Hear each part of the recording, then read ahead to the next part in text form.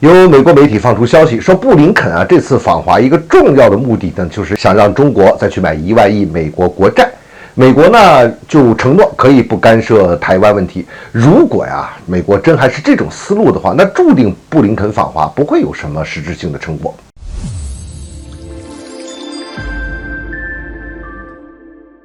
欢迎来到张斌观察，我是张斌。当然了，这些消息到目前为止都不是美国官方的消息，只是美国媒体放出来的消息而已。但是呢，这也反映出美国相当一部分思维的逻辑也是美国惯用的手法。而且这次布林肯访华一定会谈到台湾问题的，同时呢，也在美债上会有求于中国。这两件事原本它是不可能关联在一起的，但是到了美国这边来说呢，它就可以拿来谈这就是美国的行事的逻辑。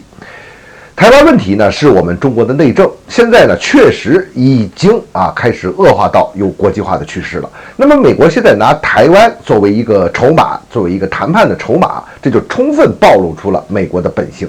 以美国做事情的出尔反尔来看他做的任何承诺都有可能随时自己把它给去推翻，因为他总是在他的利益摆在第一位的。当他的利益需求的时候，这些承诺是不值一分钱的。我们早就也看透了美国的这一点，当然也清楚美国他要做什么事情。但是作为美国这一面呢，他当然也知道这一套东西。之所以现在还在打这个台湾牌，就是想要拿到更多的筹码。这在某种程度上来说，它何尝又不是一种威胁呢？假设说我们不去买它这个美债的话不再追加买1万亿的话，那美国是不是就可以加紧干涉台湾问题了呢？美国看似在谈一笔交易，实际上是根本不可能的，因为台湾问题本身它就不是经济上的事儿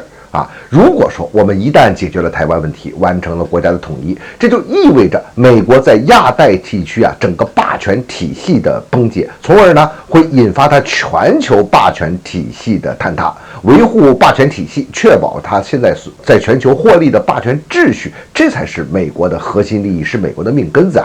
美国拿这个来做交换，他们自己心里知道都是不可能的事情，而把这个当交易来谈，本身也就说明了美国根本就不可能放弃台湾。到目前为止这些也都是美国那边传出来的这样那样的说法，也很难说这是媒体的一种推测分析还是说拜登政府有意在放这个风。但是不管怎么样，其实都不重要了。这套手法我们看清楚看明白就是了，坚持我们自己的定力，按我们的步骤往下推进。布林肯这次访华不可能从根本上改善中美之间的关系，也只是想通过高层的沟通，尽量的避免中美可能发生的冲突。那么防止冲突的决定性因素是什么？它不是说双方的高层在沟通了，它就能防止冲突，而是什么？而是实力的对等。至于说呢，这次访华最后能取得什么成果，我想我们不必抱有太高的期望。